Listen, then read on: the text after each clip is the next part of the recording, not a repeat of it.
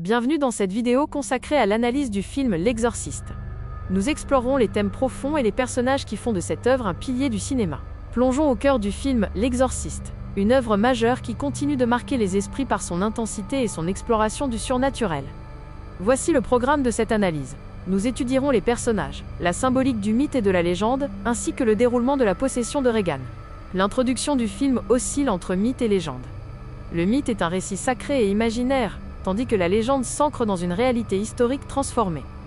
La légende cherche à rendre un fait réel plus spectaculaire, glorifiant des figures locales ou des héros ancrés dans une époque précise. Dans le film, le démon Pazuzu représente le mythe, créature surnaturelle, tandis que les doutes et les croyances des personnages, comme le père Mérin ou Damien Carras, ancrent le récit dans une dimension plus humaine et légendaire. Chris MacNeil, la mère de Regan, est une brillante actrice dont l'identité se fragilise à mesure que sa fille change.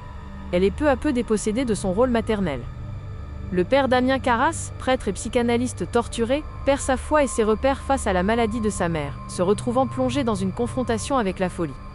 Regan est une jeune fille charismatique dont la vie change drastiquement après avoir utilisé une planche de Ouija, marquant le début de sa transformation inquiétante. L'inspecteur de police enquête sur les protagonistes, observant de loin les événements mystérieux, sans jamais croiser directement le père Mérin avant la fin tragique. L'antre de la folie s'installe à travers des éléments symboliques. Le jeu avec la planche de Ouija, l'évocation du capitaine Aoudi et l'hôpital psychiatrique. Le corps médical est confronté à des symptômes inexplicables. Malgré les examens et les traitements, les médecins finissent par se replier face à une situation qui dépasse leur savoir. La dépersonnalisation de Regan est progressive. Elle perd le contrôle de son corps, manifeste des capacités physiques surhumaines et semble habitée par une force extérieure. La possession se manifeste par des symptômes mentaux et physiques complexes, illustrant une manipulation totale des protagonistes et un lien sombre avec le père Mérin. Enfin, nous nous interrogeons sur le lien profond unissant le père Mérin à Regan, et sur les origines lointaines de ce combat spirituel. La phase finale du film culmine lors de l'exorcisme.